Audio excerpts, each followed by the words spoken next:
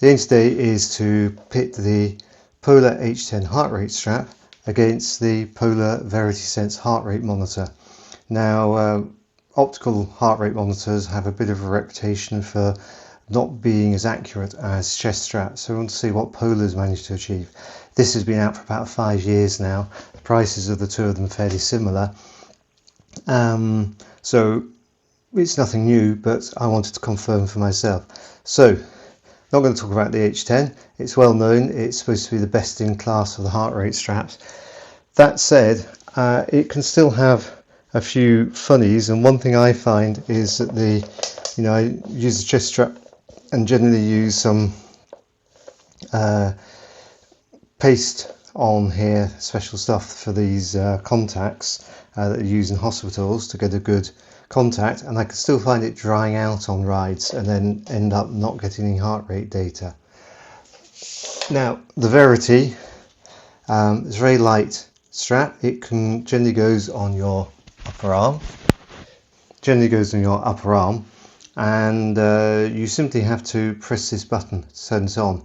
There's also an application that goes on the phone that you can use, but it will connect to any Bluetooth or ANT device, such as bike computers or phones, applications on phones. What's it give you? It gives you two Bluetooth channels, unlimited ANT connections. Now, the two Bluetooth, you might be wondering why you want two Bluetooth channels. Well, it actually has a transmit range of 150 meters, so you can connect to your own computer, and a coach following you in a car or on a bike or something can also monitor your heart rate. So that's quite a useful feature, I think, in certain circumstances. So 150 meter range. It's water resistant down to 50 meters, so you can take it swimming or even diving. I don't know why you'll take it diving. It has an accelerometer, so it can count steps. What else? It has if you get the firmware update, it has a 20-hour battery life. And the actual device itself, to charge, you have to pop it out of its carrier, and you have to charge it with a special charger here, and that plugs into a USB port. Be careful not to lose that, you can get spares. And this little clip is to clip it onto swim goggles, because it has has 3 modes. So we turn it on by pressing this button here, and you see it has 6 LEDs, which is quite good, and a big sensor in the middle, and that's now transmitting heart rate data to anything that's listening. But if you press the button, and you can change mode, so you can go into, I can't quite see what that is, but you have a swim mode and you have a data recording mode. In data recording mode, you could take it running and it will record steps and heart rate, and it has up to 200 hours of memory inside the device. So with the Polar application, you can download that data. Now, that's all very well, but is it actually accurate?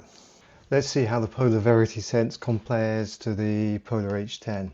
I've uploaded them into Micah Brand's activity comparison tool, and here you can see the Verity Sense is this kind of sherbet orange colour, and the Polar is Bianchi green colour, and you can see where it looks reasonably okay. Let's have a quick look at what I was actually doing. What happened, I came out of this area here, I went over a small bridge, a little sprint over a bridge here. This was a bridge that went over a highway, so that was a sprint over there. Long flat section around here. Another sprint over a bridge that goes over a railway line. And then here was a climb of about 10 minutes. And if we go back to heart rate charts, that's the first sprint over the bridge. That's the sprint over the highway bridge. That's the sprint over the rail line, and this is the 10-minute climb. And so far it doesn't look too bad. Let's look at some detail quickly. And you can see that the Verity, so this is the optical heart rate monitor, lags the Polar H10 a little bit, and that's fairly typical of optical heart rate monitors. They take a bit of time to react. Let's see by how much. If I click here and go back try see if we can line them up. Yeah, a little bit too far. Come back, maybe 8. Yeah, that looks reasonably close, and we can zoom in as well with this tool. It's pretty cool. Just need to drag the window a bit.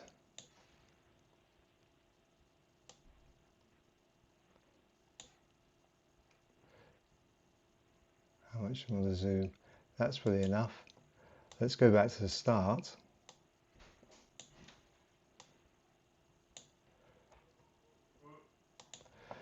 And here, follows pretty well over that sprint. There's a few little lumps here. It seems to be a bit slow following there.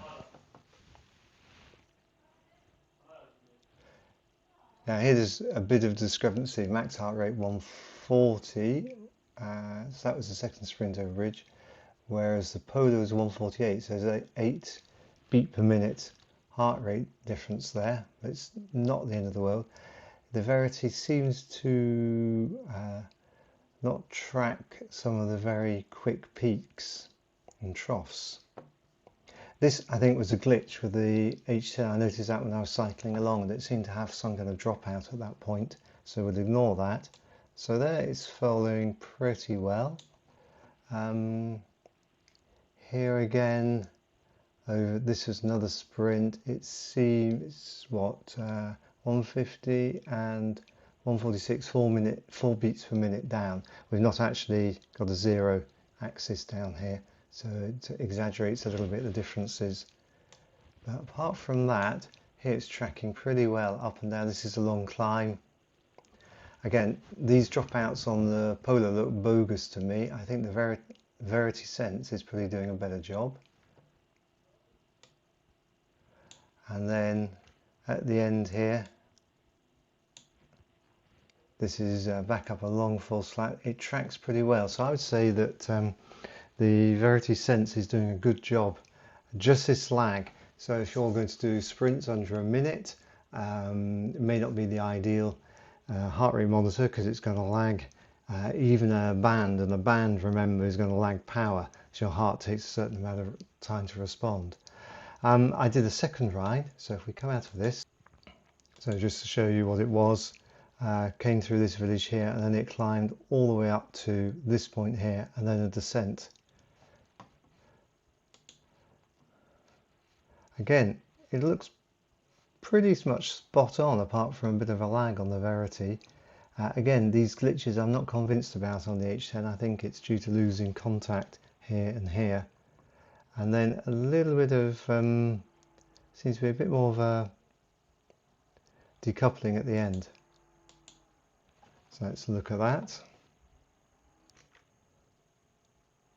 7 seconds, maybe 7, go 8. No, 7. So again, things tracking pretty well. It takes a little time for the Verity to kind of settle down. A little peak there that was missed. But that's all tracking pretty well. I mean, you can't fault it. Again, these dropouts I think are an H10, Polar H10, the heart rate belt feature. Same here. On a long steady climb, it's pretty much spot on. Here we came down into the valley, and yeah, maybe, but we're only talking, what are we talking about difference here? 112, 120, about 10 beats on that kind of. This is all tracking well, and then just this bit here. Again, I wouldn't be surprised if that was the Polar that was in error on that point. I mean, it looks a bit odd, a bit of a flat line here, and then a dropout. I think it's probably the problem I spoke about, where the Polar can dry out and then lose contact, good contact with the skin. But personally, I would say that the Polar Verity is tracking heart rate pretty well, good enough to train with, certainly for longer intervals.